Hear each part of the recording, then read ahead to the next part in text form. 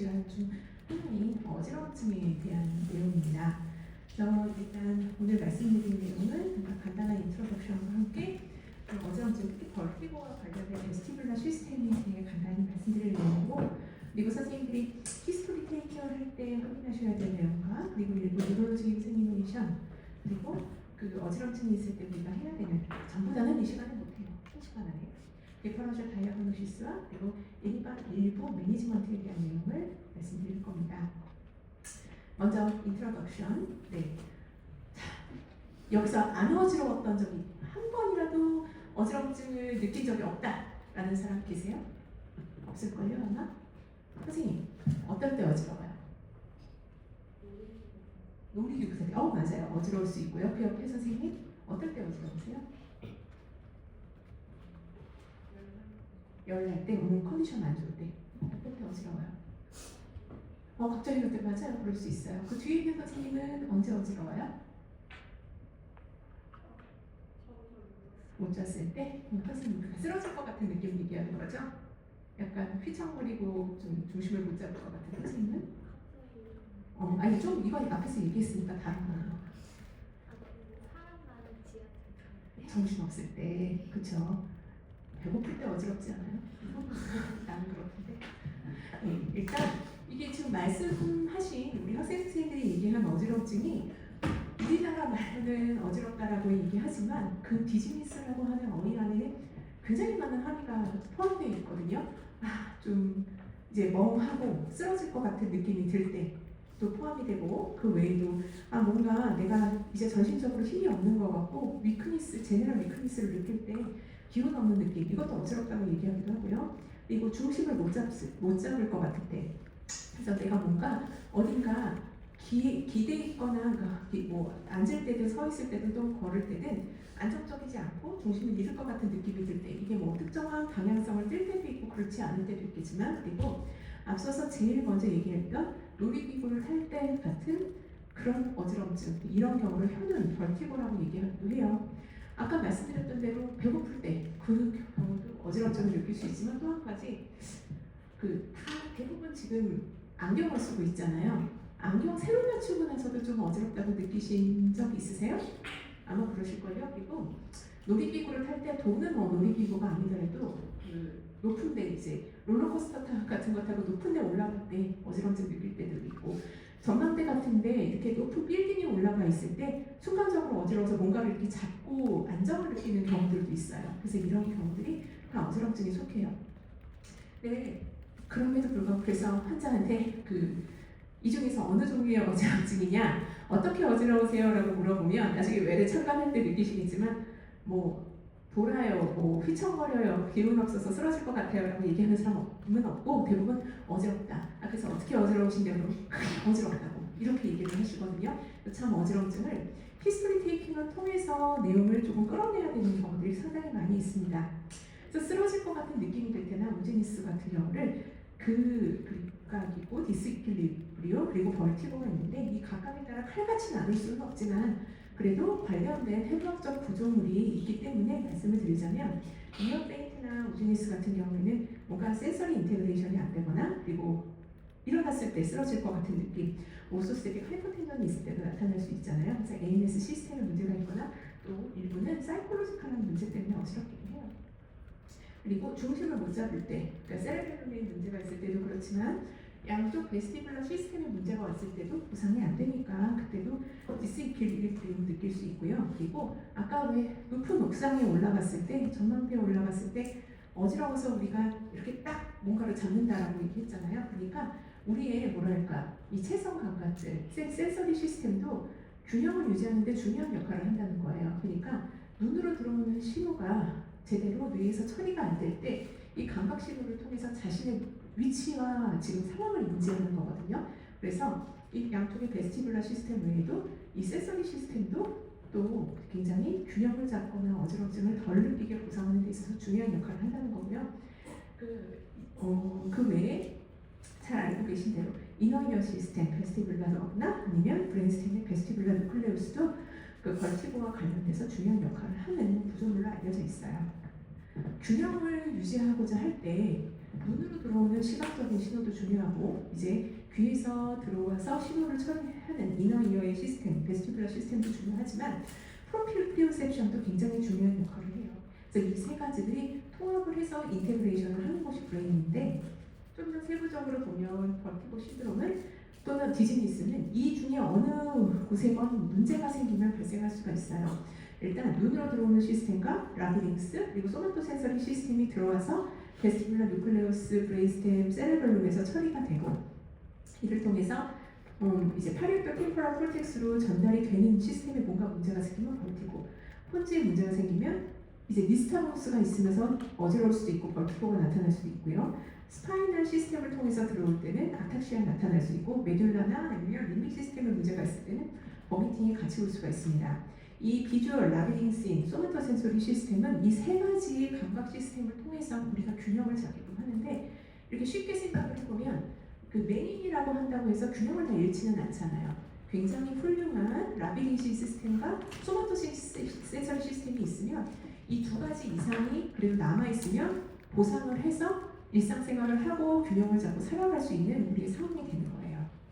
자, 근데 여기서 조금 더 베스티뷸러 시스템에 대해서 보시면 해부학도 거치고 다양한 교육 과정을 거치긴 하셨겠지만 일단 베스티뷸러 시스템에는 세미서큘러 캐널이라고 하는 캐널이 있고요. 오토리스 올간이 있어요. 세미서큘러 캐널은 이렇게 이 자체가 어떤 구조적인 모양을 이루고 있는 게 아니라 뼈 안에 있는 비어있는 공간이 이런 공간들의 구조물을 만드는 건데 그 중에는 엔터리어 캐널, 그리고 라테럴 캐널, 그리고 포스테리어 캐널이 이렇게 이제 90도씩 꺾여서 일종의 벡터를 감지할 수 있는 시스템이 되는 거예요.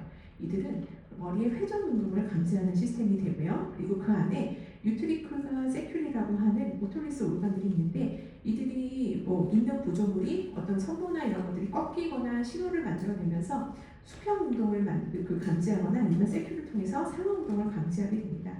그래서 이렇게 세미스쿨러 캐널을 통해서 그리고 오토리스 올간을 통해서 들어간 신호들이 이제 베스티뷸러 너브를 통해서 베스티뷸러 갱글리온을 통해 브레인 스템에 전달이 되게 되고요. 이 중에는 베스티뷸러 뉴클레우스 외에도 그 상부에서 내려오는 신호와 그리고 하부에서 올라오는 스파이널 뉴클레우스를 통해서 여러 신호들이 인테그레이션을 되는 곳이 이때 스텝을 통해서 세레벨룸에서 균형을 잡는 신호를 이제 총괄하게 되는 거예요. 베스티뷸러 시스템에 대해서 조금 더 말씀드리자면 아까 말씀드린 대로 세미서큘러 캐널이 있는데 이 세미서큘러 캐널 안에는 이렇게 큐플라라고 하는 이제 젤라티노스한 구조물이 있고 그 밑에 이 선모들이 있어요. 그래서 그 선모들이 있고 얘가 있는 부분이 이렇게 팽대가 돼서 앵큘라, 팽대부라고 부르는데 얘네들이 앵귤라 엑셀러레이션과 디셀러레이션에 의해서 꺾이면서 신호가 만들어지고 그를 통해서 돈다 또는 내가 가속도가 붙은 채로 어떤 방향으로 움직이고 있다 등등을 감지하게 되는 거고요. 이 구조물들은 일단 그 크리스티아나 앰플라리스라고 하는 이 팽대부에 있는 이런 구조물도 있고 그리고 마큘라라고 하는 세큘에 있는 아까 제가 말씀드린 대로 그 세큘에는 상하 운동을 감지한다고 했고 유트리클은 수평 운동을 감지한다고 했잖아요. 그 유트리클에는 크리스티아나 앰플라리스가 있고 그리고 그 세큘에는 상하 운동을 감지하는 이러한 구조물들이 존재하게 됩니다. 베스티뷸러 너브는 일단 8번 크레니얼 너브 8번 신경은 원래는 명칭이 베스티뷸러 코클리어 너브인데 이제 코클리어 너브로 가는 가지를 뺀 베스티뷸러 너브도 가지가 분지가 된 것들이 나뉘어요. 그래서 스포리어 브랜치는 엔터리어랑 라테럴 세미서큘러 캐널과 유트리클로 분지를 하고 그리고 인퍼리어 브랜치는 포스테리어 세미서큘러 캐널과 세큘로 분지가 된다고 알려져 있어요. 그런데 이 베스티뷸러 코클리아 너브는 얘도 일단 살아있는 구조물이다 보니까 이제 블러드 서플라이를 받고 영양분을 공급받고 필요 없는 이제 대사물들을 처리를 해야 되잖아요. 그 중에 이 엔터리어 세미서큘러 캐널과 라테럴 세미서큘러 캐널 그리고 유트리클로 가는 분지가 바질라 아테리에서 나오는 안테리어 베스티뷸러 아테리가 이쪽으로 가게 되고 코클리어 너브랑 그리고 포스터리어 베스티뷸러 그리고 포스터리어 세미서큘러 캐널 등에는 조금 다른 분지들이 이제 잘려져서 나가기 때문에 간혹 가다가고 이제 브레인에 생기는 이스케믹 이벤트 외에도 이런 이제 라비린스로 가는 베스티뷸러 서플라이의 아주 작은 그 혈관에도 이스케믹 이벤트가 발생할 수 있거든요. 그래서 그럴 경우에는 엔터리어 베스티뷸러 아테리를 인볼브 했을 때는 엔터리어 세미서큘러 캐널, 아테리어 세미서큘러 캐널, 유트리컬이 한 번에 침범을 받는 경우들이 많고요. 상대적으로 포스테리어 세미서큘러 캐널로 가는 경우에는 조금 더 다르게 이제 증상이 나타나거나 아니면 이 또 다른 문제인 청력하고 같이 포스테리어 세미서큘러 캐널 포스트 베이지알 코클리어의 문제로 인해 청력 장애가 따로 나타나는 경우들이 있어요. 그래서 청력 장애가 나타날 때 갑자기 우리가 그 신경과 진단을 할 때는 에티올로직 다이아그노시스가 중요하다고 말씀을 드렸는데 이게 바스큘라냐 또는 그 극단에 있는 디제너레이티브냐 인플라메이션이냐 아니면 뭐 메타볼릭이냐 에피lep틱이냐 기타 등등을 나눌 때 특히 갑자기 어브럽트하게 나타나는 이벤트일 경우에는 우리가 바스큘라 이벤트를 생각을 해야 되는데 어떤 환자가 어지럼증이 있다고 하면서 청력 저하가 나타날 때는 특히 여기 이 바젤라에서 나오는 혈관의 거의 기시부에 있는 엔터리어 인퍼리어 세레벨라 아타리 아이카라고 하거든요. 이 부분에 문제가 생기면서 청력 저하와 함께 어지럼증이 생긴 게 아닌지 그래서 브레인 영상을 확인해 봐야 되는 경우들이 꽤 있습니다. 그래서 그 베스티뷸러 시스템의 뉴럴 아나토미는 앞에서 간단히 말씀드린 내용을 참조하시면 될 것 같고 이제는 이 내용을 바탕으로 뭘 물어보실지에 대해 생각을 해보면 될 것 같습니다. 응급실에 가면 일단 이 이제 지난한 트레이닝 과정을 마치고 교육 과정을 마치고 응급실에 가게 되면 여러분들이 프라이머리로 이제 인턴 선생님으로 특히 응급실에 배치됐을 때 환자를 보게 돼요. 이때 그 히스토리 테이킹을 한번 해보고 오세요라고 응급의학과 전공의 선생님이나 전문의 선생님들이 말씀을 하시거든요. 그러면 선생님들은 이 내용 중에서 어지럼증 환자가 왔을 때 또 중요한 히스토리를 끌어내서 이게 응급의학적으로 또는 신경과에서 급한 어지럼증인지 아닌지를 분류를 해야 되는데 이게 무조건 검사가 우선이 아니에요. 일단 무슨 검사를 할지도 정해야 되고 뭐 이게 메타볼릭한 문제인지 바스큘라 이벤트인지 감별을 해서 빠르게 가야 될 환자인지 아니면 TAG에서 순번이 좀 밀리는 환자인지 결정을 하는 데 있어서 선생님들의 의견과 히스토리 테이킹은 굉장히 중요하거든요. 그래서 어지럼증에서는 병력을 성취하는 게 참 중요합니다.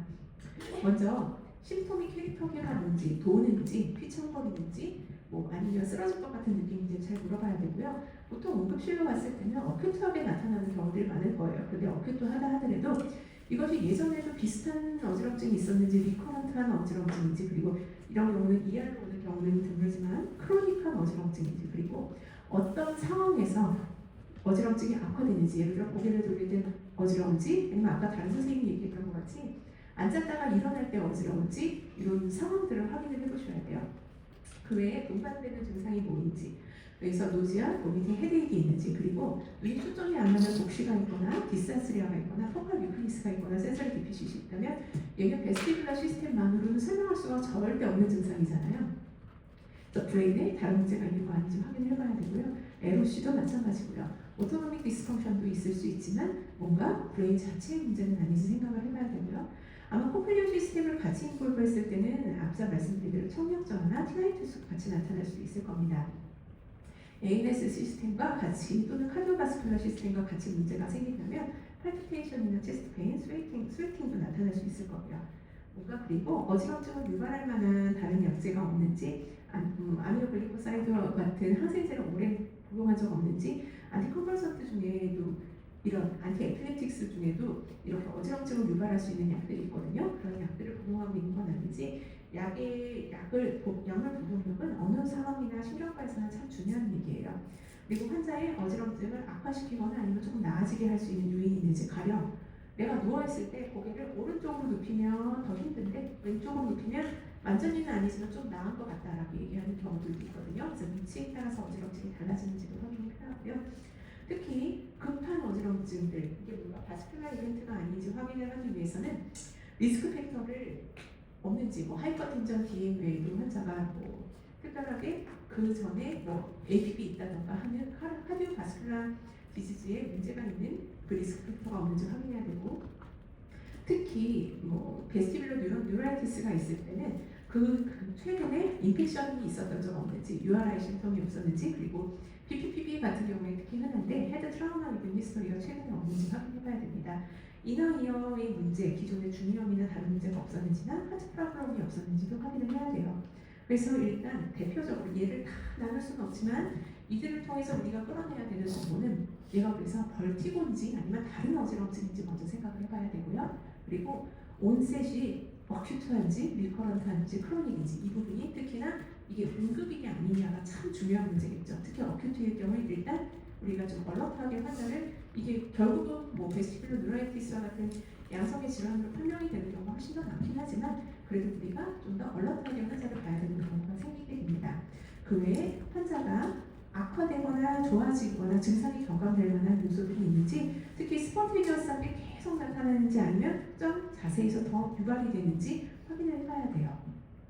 자, 이제 그래서 이런 내용을 근거로 제가 아까 병력을 통해서 이게 급한 어지럼증인지 아닌지 확인하는 게 중요하다고 말씀드렸어요. 뭐 MR 디퓨전 찍고 스트로크 있음 없음 확인하는 것도 중요하긴 하지만 여러분들이 모두가 지금 이 상황에서 다 이제 이제 학교를 졸업하고 나서 어딘가에 근무를 하게 됐을 때 그 세팅이 다 일반적으로 이런 대학병원의 시스템을 갖추고 있다고 얘기할 수 없어요. 나는 신경과 환자 안 볼 건데요 라고 얘기를 하더라도 여러분들이 뭔가 피부과나 아니면 내과나 아니면 다른 과를 진료를 보실 때 온 김에 내가 어지럽다라고 와서 얘기를 하는 경우가 있어요. 그때도 히스토리 테이킹을 간단하게 해보고 이게 빨리 내가 급하게 근처 병원 이완 환자를 쏴야 되는 환자인지 아닌지 확인하는 건 나중에 환자의 안전도 그렇지만 여러분들의 커리어에 굉장히 중요한 부분이 될 수도 있어요. 법적인 문제가 발생할 수도 있거든요. 그래서 이 페이지는 그리고 이 연이어서 나오는 페이지는 중요하고요. 급한 어지럼증은 일단 똑같이 어지럼증이 있다고 하더라도 귀나 다른 기관의 문제일 경우에는 이거는 증상을 경감시키면 되고 심을 요하지는 않겠지만 스트로크일 경우에 또는 브레인에 어떤 구조적인 이상이 있을 때는 얘기가 달라지겠죠. 이건 급한 어지럼증이에요.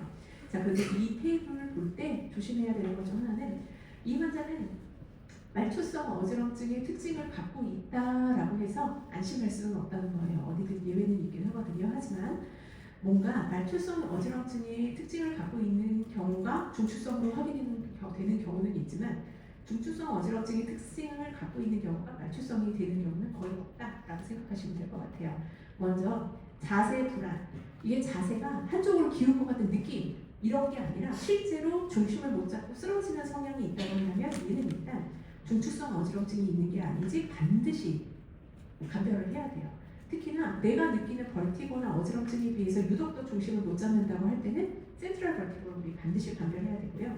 노지아 보미팅은 오히려 뭐 말초성에서 심할 수가 있어요. 하지만 센트럴에서 그렇다고 안 나타나는 건 아니에요. 베리어블하게 나타날 수가 있어요. 그리고 청력 손실은 조금 더 말초성에서 흔하기는 해요. 하지만 그 티나이토스도 좋고요. 예를 들어 알고 계시는 메니에르 디지즈 기타 등등에서요. 하지만 아까 말씀드린 대로 알파 테리토리에 임박이 있을 경우에 청력 손실과 함께 어지럼증이 나타날 수 있거든요.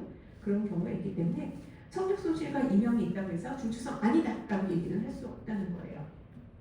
동반되는 신경학적 증상이 아무래도 말초성은 드물겠죠. 아무래도 여기서 말하는 신경학적 증상은 CNS를 인벌브하는 신경학적 증상일 거거든요. 하지만 중추성에서는 흔하게 한쪽에 위크니스가 나타나거나 아니면 아탁시아가 한쪽에서 나타난다거나 아니면 페이셜 팔시가 센트럴 타입의 특히 페이셜 팔시가 동반돼서 나타날 경우에는 우리가 이런 경우에 중추성을 생각해야 되고 여기서 보상과 회복이라고 하면 한 1, 2주 이내로 좋아지는지 물론 이 기간은 환자에게는 너무나 길고 힘든 기간이기는 하겠지만 그래도 이 기간이 한 수일 안에 그래도 증상이 잦아지면서 좋아지면 페리페럴 오리진의 디지니스의 가능성이 높고 느리고 지속된다고 한다면 센트럴 오리진의 디지니스의 가능성이 더 높아지는 겁니다. 그래서 페리페랄과 센트럴 오리진의 벌티고가 있을 때 이 어지럼증의 지속 기간, 그 벌티고를 조금 더 초점을 맞춰서 본다면 먼저 지속 시간과 발생 회전 방향과 정도를 보시면 되는데 수십 초, 그 환자한테 얼마 동안 어지러우세요? 라고 얘기하면 대부분은 아무리 우리가 짧은 시간 수십 초 유지되는 BPV라고 한다 하더라도 그렇게 얘기하는 사람 없어요. 그냥 쭉 어지럽대요. 계속 어지럽대요. 하지만 이거를 조금 더 디테일하게 물어보면 근데 고개를 돌리거나 움직일 때 더 어지럽지 않으세요? 그러면 그렇대요. 근데 그게 가만히 있으면 조금 잦아들죠? 그러면 또 그렇대요. 그런데 내가 다시 움직이면 또 어지럽고 그걸 지금 계속 어지럽다고 말씀하시나요? 그러면 그 말이 맞대요. 그래서 히스토리 하는 거에 따라서 이 환자의 병력과 기타 등등들의 스토리들은 완전히 달라지는 거예요. 근데 지속 시간이 수십 초거나 아니면 수시간에서 하루 종일 며칠 동안 어지럽다고 한다면 항상은 아니지만 맞춤성 어지럽증이 더 많고요. 하지만 수분 지속되다가 좋아진다라고 한다면 이런 문제는 브레인과 베스티뷸러 시스템만으로, 그러니까 베스티뷸러 시스템만으로는 설명할 수가 없는 문제예요. 수분이 지속될 때 이게 뭔가 ANS 시스템으로 인해서 브레인에 영향이 가는 거든 아니면 브레인의 바스큘러 시스템 자체의 문제이든 간에 수분이 지속되다 없어지는 어지럼증은 반드시 우리가 브레인을 확인을 해봐야 되고 특히 바질라 아테리 쪽과 같은 포스터리어 서큘레이션을 반드시 확인해야 됩니다. 발생이 말초성 어지럼증에서 특히 PPPB나 메니에르 디지즈 같은 경우에는 주기라고 하기는 좀 뭐하지만 반복적으로 나타날 수가 있거든요. 쭉 괜찮았다가 내가 근데 가만히 생각해 보니까 한 2, 3년 전에도 비슷한 어지럼증, 그때는 지금보다 더 심했다 또는 덜했지만 비슷한 어지럼증 증상으로 응급실을 갔거나 아니면 병원에 갔던 것 같아요 라고 얘기를 하면 그래도 페리페럴 오리진의 디즈니스가 아닐지 생각을 해볼 수 있고요. 센트럴 오리진의 문제는 아무래도 보상도 안 되고 할 테니 지속적으로 쭉 나타나는 경우들이 많고요. 그리고 눈에 좀 이따가 이제 니스타모스에 대해서 배울 텐데 눈 떨림, 안진의 방향이 일정하고 하다면 그래도 항상은 아니지만 말초성 어지럼증의 가능성이 높고 배기업을 하고 보는 방향에 따라 니스타모스의 반응이 바뀐다고 한다면 이거는 베스티뷸러 시스템으로 절대 설명할 수 없는 부분이라 그럴 때는 이유가 뭐건 간에 센트럴 오리진의 디즈니스일 거라는 겁니다. 그 어지럼증의 정도가 니스타모스 진짜 심하다, 아주 어지럽겠다 했는데 실제로도 그런 경우는 말초성의 가능성이 좀 높아지고요. 이렇게 니스타모스가 심한데 별로 안 어지러워? 이 정도야? 라고 한다면 그때는 센트럴 오리진의 디즈니스를 좀 더 시사하는 소견이에요.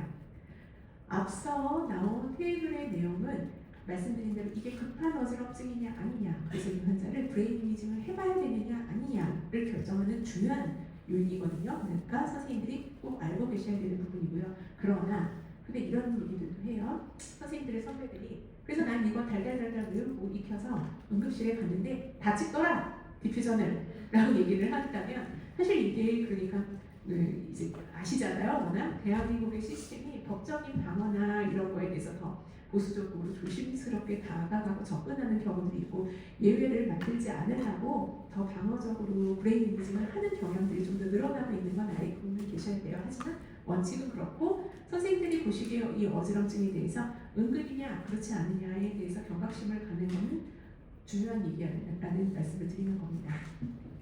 자, 그래서 어지럼증은 앞에 병력에 따라서 이게 전부 다는 아니지만 대가 분류를 나눠보면 일단 어큐트하게 스폰테니어스하게 어지러운 경우가 있고 리커런트하고 스폰테니어스하게 어지럽긴 하지만 그 어지럼증과 어지럼증 사이에는 분명히 증상이 별로 없는 기간이 존재하는 경우가 있고 고개를 돌리거나 움직이거나 일어남에 따라서 나타나는 어지럼증이 있는 경우가 있고 크로닉 디즈니스와 임밸런스를 느끼는 경우가 있는데 그 중에서 일단은 조금 더 어큐트한 디즈니스에 대해서 오늘은 아마 초점을 맞추게 될 것 같아요.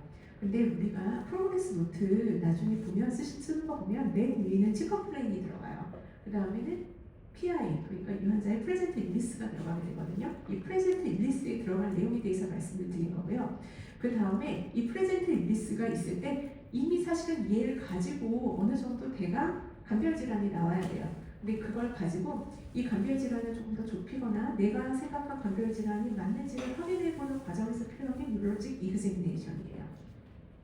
그 이그제미네이션에서 먼저 다른 물론 메타스테이트스 기타 등등 다 봐야 되기는 하지만 그래도 이 디지스에 관련해서 조금 더 초점을 맞춰서 보면은 일단 오토스코픽 파인딩으로 만약에 가능하다면 그 귀에 문제가 없는지도 한번 확인을 해봐야 될 수도 있고요. 크레니얼과 관련해서 프레임 사이즈가 어떤지, EOM에 뭔가 리미테이션이나 문제는 없는지, 니스타모스가 없는지 확인하게 되고 베스티뷸러 펑션 테스트를 하게 되고 그리고 환자가 동반되는 뉴로로직 디피시시 없는지 모터 이거젠이나 센서리 이거젠을 하게 되고요. 세레블러 펑션 테스트를 하게 되고 디텐던 뉴클리스 가서 DTR 떨어지거나 올라가는 거에 따라서 어퍼모터 뉴런 사인이 문제가 없는지 그리고 럼버거 테스트와 게이트와 탄덴 게이트를 보게 됩니다. 자, 그런데 여기서 조금 넘어가기 전에 니스타모스는 조금 이따 다시 보여드리기는 하겠지만 세레블러 펑션 테스트에 대해서는 여기서 한번 옆에 있는 친구랑 한번 해보고 넘어갈게요. 자, 일단 이 중에서 리마탁시아가 있는지 트렁카르탁시아가 있는지 봐야 되거든요. 자, 여기 세 분이니까 한 분. 아니다, 아까 했으니까 딱 한 분 할게요. 여섯. 저쪽 끝. 두 분 짱을 지으시고 맨 끝에 있는 선생님 잠깐 나와주시겠어요?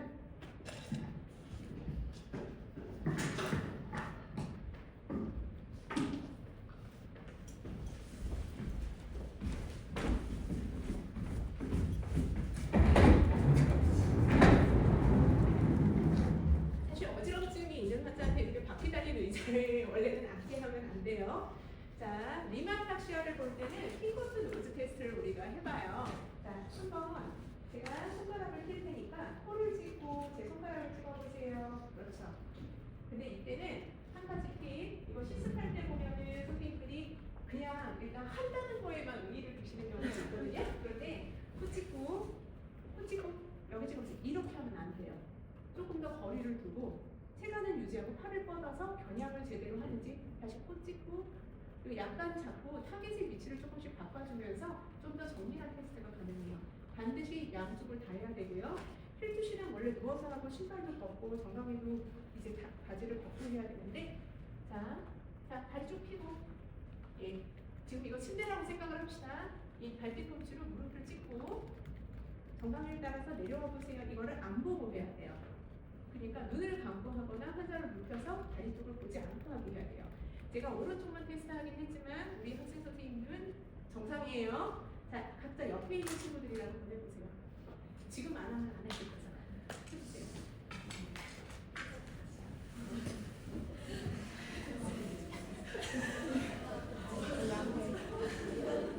옆에 있는 친구랑 전향하라. 너무 게으른 거 아니에요?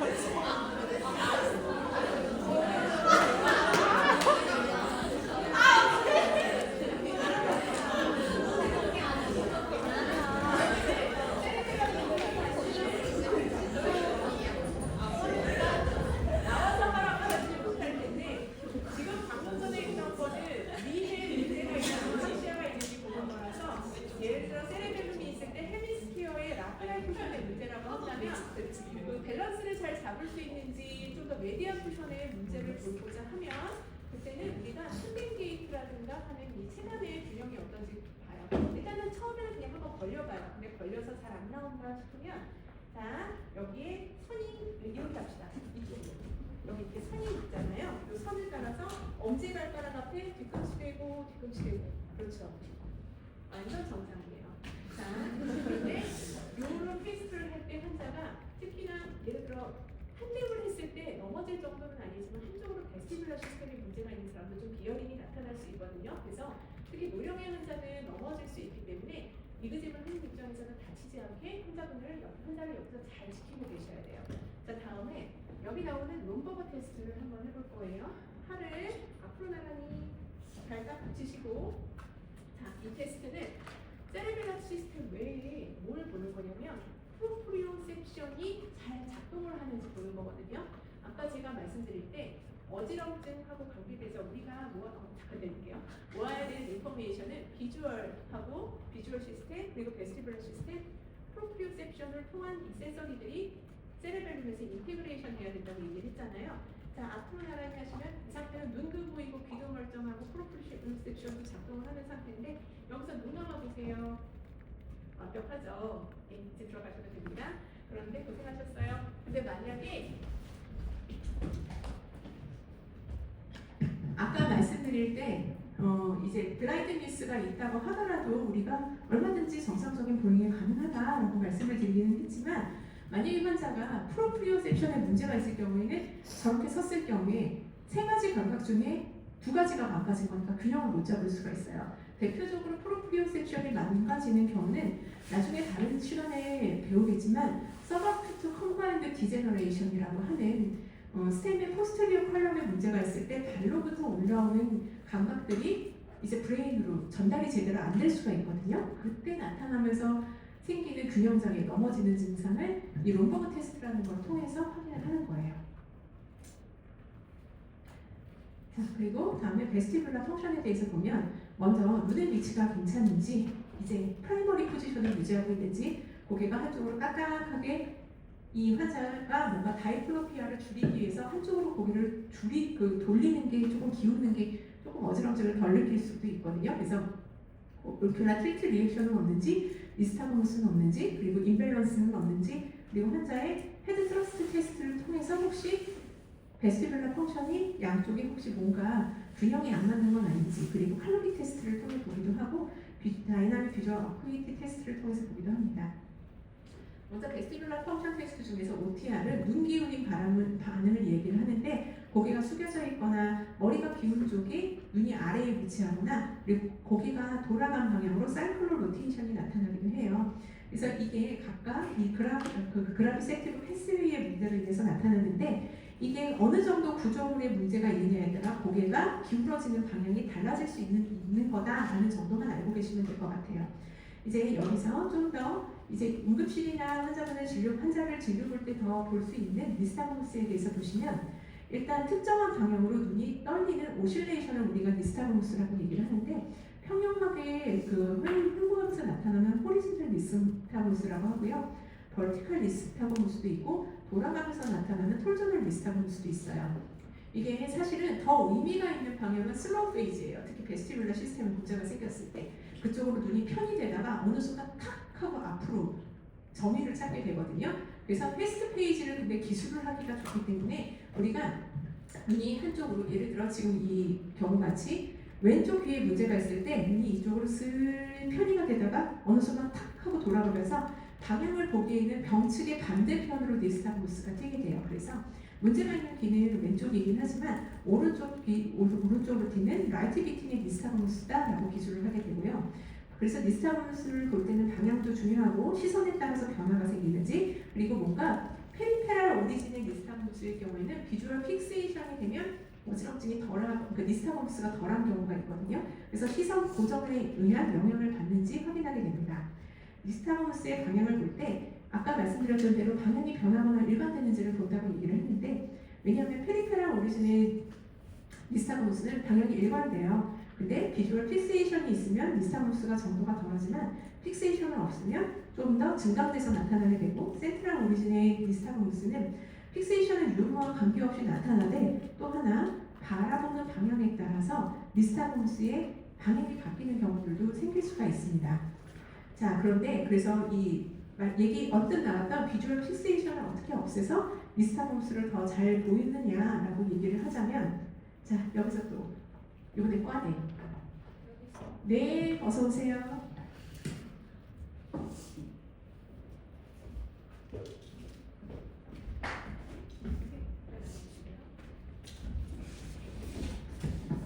제가 2분 늦은 이유가 외래방에서 이거를 다른 선생님이 보는 걸 뺏어서 가져오더라. 베스티뷸라 펑션 테스트를 할 때 니스타모스를 볼 때 눈이 어느 쪽으로 떨리는지 방향을 보기도 하고 그리고 비주얼 픽세이션을 없애서 환자가 픽세이션에 따라서 니스타모스가 더 잘 보이는지 덜 보이는지를 확인하는 데 있어서는 물론 더 비싼 베스티뷸러 오큘러그래피라고 하는 비디오 베스티뷸러 오큘러그래피를 보기도 하지만 이렇게 간단한 굉장히 저렴해 보이죠? 이런 프렌즈리라고 하는 도구를 사용하기도 해요. 얘는 지금 돋보기거든요. 그래서 얘를 쓰게 되면 초점이 안 맞아서 막상 이 기계들 장비를 쓴 사람은 앞이 잘 안 보여요. 그래서 비주얼 픽세이션이 없어지게 되는 거고요. 잠시만요. 학생이 강의 중이라서 죄송합니다. 네, 죄송합니다.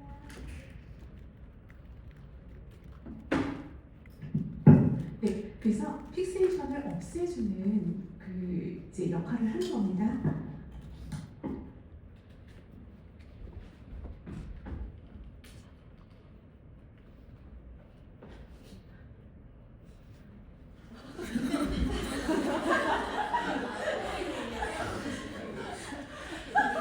눈이 굉장히 커 보여요. 그래서 귀엽죠, 되게. 그래서 이렇게 먼저 놓고 눈의 움직임이 어떤지 보고요. 선생님 이렇게 하면 아무것도 안 보이죠. 꼭 안 닦은 안경 쓸 것 같이. 그래서 픽세이션을 없애서 눈의 움직임을 봐주는 거예요. 크게 들이쉬시고 오른쪽 한번 쳐다보세요. 네. 게이지 이버트 디스타모스 오른쪽으로 오고요. 정면 보시고요. 왼쪽 쳐다보세요. 네. 정면 쳐다보시고요. 이런 식으로 방향을 보면서 테스트를 하는 거예요. 이거는 좀 힘드실 수 있어서 꺼내셨어요? 안녕하세요.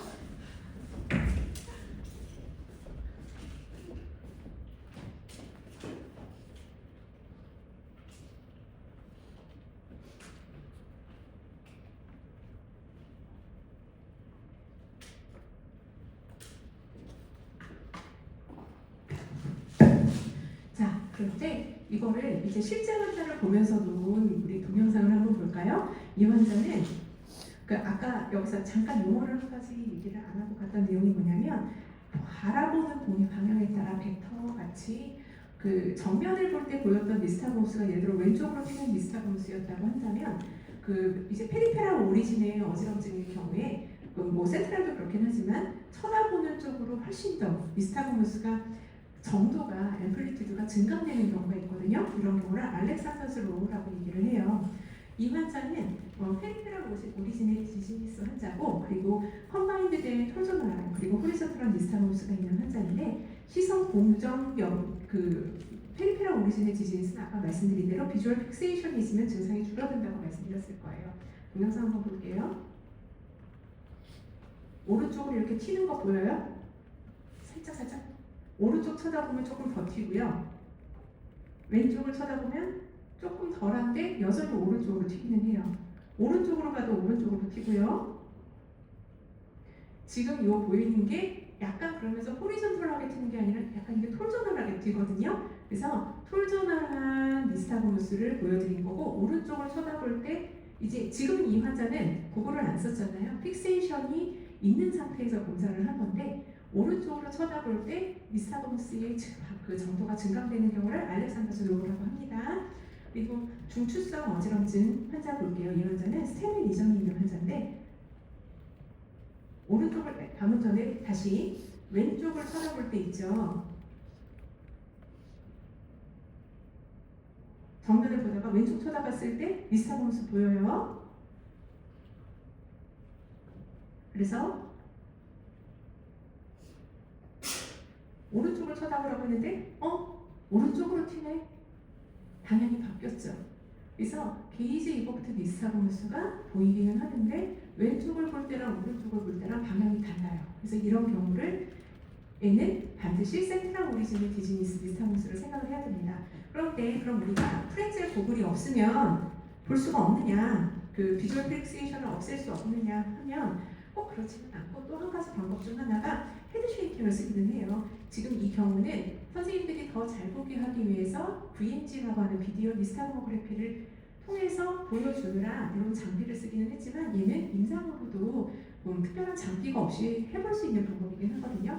아까 왜 뺑뺑이 탔을 때 좀 어지럽다고 얘기를 한 거잖아요. 계속 비주얼 픽세이션을 없애놓은 상태인 거예요.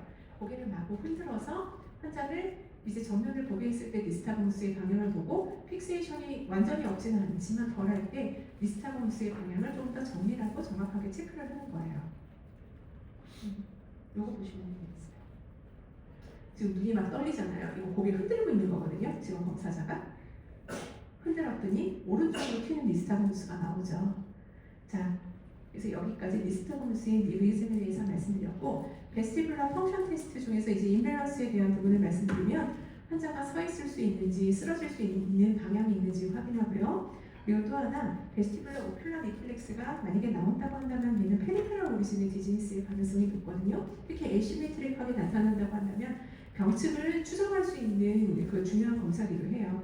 그래서 고개를 빠르게 이렇게 잡은 상태에서 지금 이 환자는 왼쪽으로 고개를 딱 돌린 거거든요. 이때는 뭘 먼저 얘기를 해야 되냐면 내 코를 쳐다보고 있으라고 얘기를 해야 돼요. 검사자가 피검사자에게 제 코를 제가 고개를 돌리긴 할 건데 계속 쳐다보고 계세요라고 얘기를 한 다음에 고개를 빠르게 돌려요.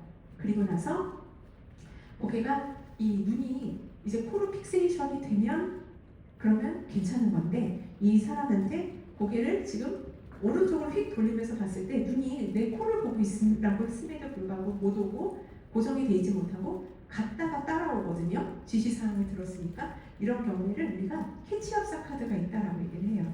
동영상을 한번 볼까요? 이 환자를 고개를 왼쪽으로 돌렸는데 보고 있는데 오른쪽으로 돌릴 때 봤어요? 조금 전에 왼쪽 괜찮고 눈이 한번 돌아갔다가 휙 따라와요. 이런 경우를 캐치업사 카드라고 얘기를 하고요. 오른쪽으로 돌렸을 때 문제가 나타났으니까 이 환자는 아마 오른쪽 베스티뷸러 시스템에 VOR에 문제가 있다라고 보는 거예요. 그 외에 온도를 통해서 환자의 그 양쪽 베스티뷸러 시스템에 균형 장애가 있는지 그 밸런스가 맞는지를 확인할 때는 칼로리 테스트를 쓰기도 하는데 지금 여기서까지 이 내용까지 다 하기는 어렵고 또 하나 베스티뷸러 펑션 볼 때 포스처, OTR 그리고 니스타그모스 임밸런스가 있는지 헤드 스러스트 테스트도 보고 칼로리 테스트도 볼 수 있지만 또 다른 방법 중 하나는 시야가 그 눈에다가 시력판을 놓고 이거 아닌데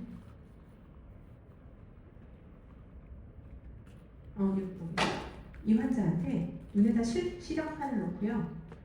얘를 그냥 고개를 둔 상태에서 어디까지 있는지를 보고 그 다음에 눈을 감고 헤드 쉐이킹을 해요. 그 다음에 다시 눈을 뜨게 하고 어디까지 읽을 수 있는지 봐요. 이게 시력판에서 3칸 이상 차이가 난다고 할 때는 뭔가 이 환자의 다이나믹한 비주얼 어큐이티에 문제가 있다고 생각을 하는 거고요. 그런 경우에도 베스티뷸러 펑션 테스트에 문제가 있다라고 이야기하게 됩니다. 그 외에 일단 모든 이 어지럽증에 대한 감각 신호가 인테그레이션 되는 곳이 세레벨룸이라고 말씀드렸는데 세레벨룸에서는 일단 이 인간 외에 동물의 진화에서 비교적 초반에 잘 발달이 되는 구조물 중 하나거든요. 왜냐하면 균형을 잡고 필요한 순간에 정확한 운동을 하는 데 있어서 그 특정 동물에 대해서 이거는 생존에 굉장히 중요한 요인이 되니까요. 근데 그 중에서 베스티뷸러 세레벨룸은 이제 이퀴블리움과 아이 무브먼트와 밸런스에 있어서 굉장히 중요한 구조물이고 그 외에는 스피노 세레벨룸은 포스처와 머슬톤, 엑시알 펑션에 중요한 역할을 하고 세레브로 세레벨룸은 모터러닝이나 코디네이션에 있어서 중요한 역할을 하는데 각각의 구조물들을 확인하는 테스트들이 여기에 적혀 있는데 한번 나중에 읽어보세요. 세레벨라 펑션 테스트는 아까 웬만한 테스트를 조금 해보셨고 그 중에서 핑거 투 노즈와 힐투시 테스트 그리고 리바운드 테스트 등은 세레브로 세레브룸의 코디네이션을 보는 역할을 하고요. 워킹이나 탄덴 게이트, 아이 무브먼트 같은 경우에는 스피노 그리고 베스티뷸러 세레벨룸을 확인하는 미드라인을 확인하는 테스트라는 것을 아까 말씀드린 바 있어요. 롬버그 테스트는 아까 해보면서 말씀드렸는데 제가 롬버그가 포지티브일 때 눈을 감았을 때 균형을 못 잡고 휘청거리고 쓰러지는 성향을 제가 롬버그 포지티브라고 말씀드렸고요. 눈을 감았을 때만 나타나는 거예요. 이럴 때는 포지션과 바이브레이션에 문제가 있고 이런 경우에 포스티리어 컬럼에 문제가 아닌지 바이타민 B2 데피션시나 타레스 도버달레스와 같은 시피리스와 관련된 문제가 아닌지 반드시 감별이 필요합니다. 어지럼증이 있을 때 그래서 아큐트 스폰테니어스한 벌티고와 리커런트 스폰테니어스 벌티고, 포지셔널 벌티고가 있고 크로닉 디지니스가 있는데 이 중에 대표적인 질환에 대해서 먼저 보면 일단 아까 말씀드린 대로 어큐트하고 스폰테니어스한 벌티고가 있을 때 얘가 페리페랄인지 센트럴인지 감별하는 거 굉장히 중요하다고 말씀드렸고요.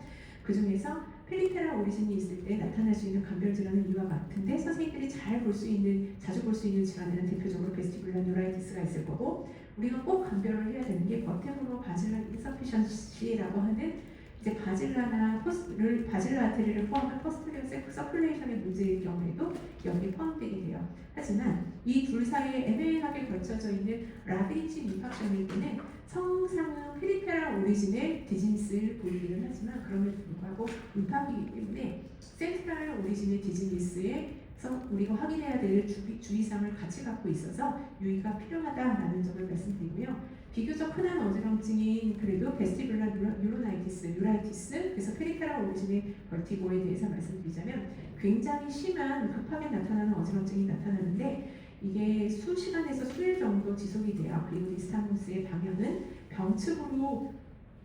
병측의 반대 방향으로, 그러니까 병측으로는 눈이 천천히 움직이다가 반대 방향으로 탁 튄다고 말씀드렸잖아요. 이 환자의 니스타모스를 좀 보시면 지금 오른쪽으로 탁탁탁탁 튀죠? 아까 봤던 비디오일 텐데 그래서 오른쪽을 쳐다볼 때는 더 눈에 띄게 나타나고 왼쪽에서는 앰플리튜드가 줄어들지만 오른쪽으로 튀기는 하고요. 그래서 어큐트 VN 환자의 니스타모스를 보신 거고요. 막상 그런데 이 문제가 있는 귀 쪽으로 몸이 폴링까지는 아니더라도 기우는 듯한 텐던시가 나타날 수는 있어요. 원인으로는 URI가 최근에 있었는지 아니면 그와 꼭 관계가 없더라도 바이럴 코즈에 뭔가 인펙션이 없었는지 확인해야 되는데 모든 환자가 있지는 않습니다. 간혹 가다가 제가 왜 동반되는 센서리 심텀이 있을 때는 브레인의 문제를 생각해 봐야 된다고 하지만 살짝 좀 예외적이거나 어중간하게 걸쳐진 개념으로 람세이 헌터 신드롬이라는 게 있는데 얘는 이 베스티뷸러 시스템의 문제 외에도 크레니얼 러브 7번을 같이 침범을 해서 다른 뉴럴로직 데피시시 나타낼 수 있는데 이때 센트럴 타입은 아니고 페리페럴 타입의 페이셜 팔지와 히어링 임페어먼트, 벌티고가 같이 나타나면서 경우에 따라서 이 자체가 일종의 조스터기 때문에 베지클이 같이 나타날 수도 있어요. 치료는 아까 말씀드렸을 때 한 1, 2주 이내로 많이 컴펜세이션이 된다고 말씀드리긴 했잖아요. 그래서 증상이 아주 심한 동안에 그래도 토하고 울렁거리고 살기가 어려울 정도니까 그때 베스티뷸러 서프레산트를 써서 증상을 좀 가라앉히긴 하지만 이거는 꼭 컴펜세이션이 되고 그리고 이 자체가 브레인이 노말이라는 가정하에서는 내 브레인이 보상작용을 갖게 되거든요. 예를 들어 안경 처음 썼을 때는 어지럽다가 여러분 한두 시간만 지나면 또 괜찮아지잖아요.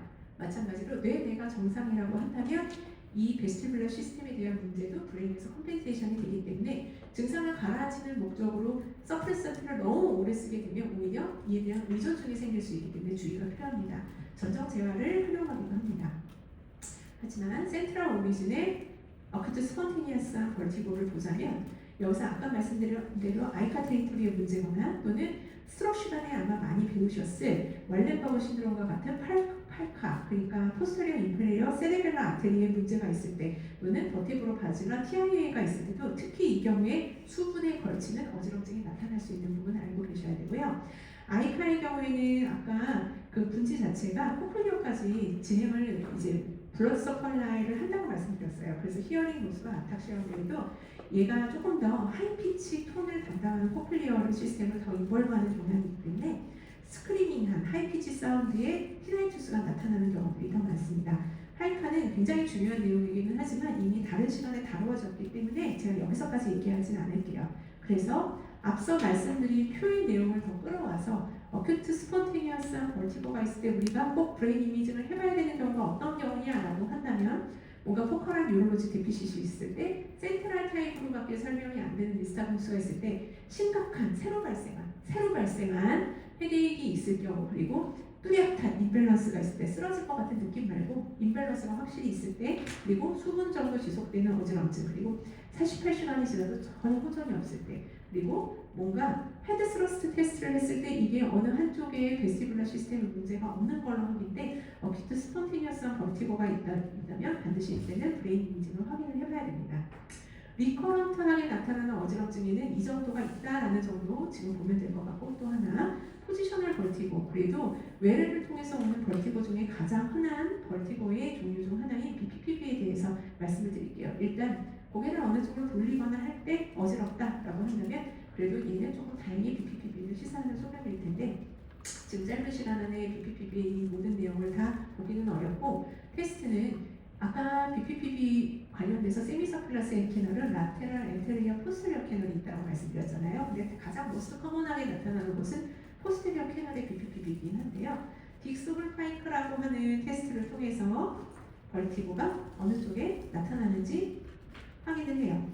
지금은 선생님 원래는 이거 없이도 뭐 프렌즐이나 그냥도 보기는 하는데 고개를 살짝 오른쪽을 돌린 상태로 45도 정도 해서 고개가 떨어지게 눕혔어요. 업빗으로 니스타복스가 살짝 보여요. 근데 얘는 검사 자체가 이제 매니지먼트를 하는 과정이 되기도 하거든요.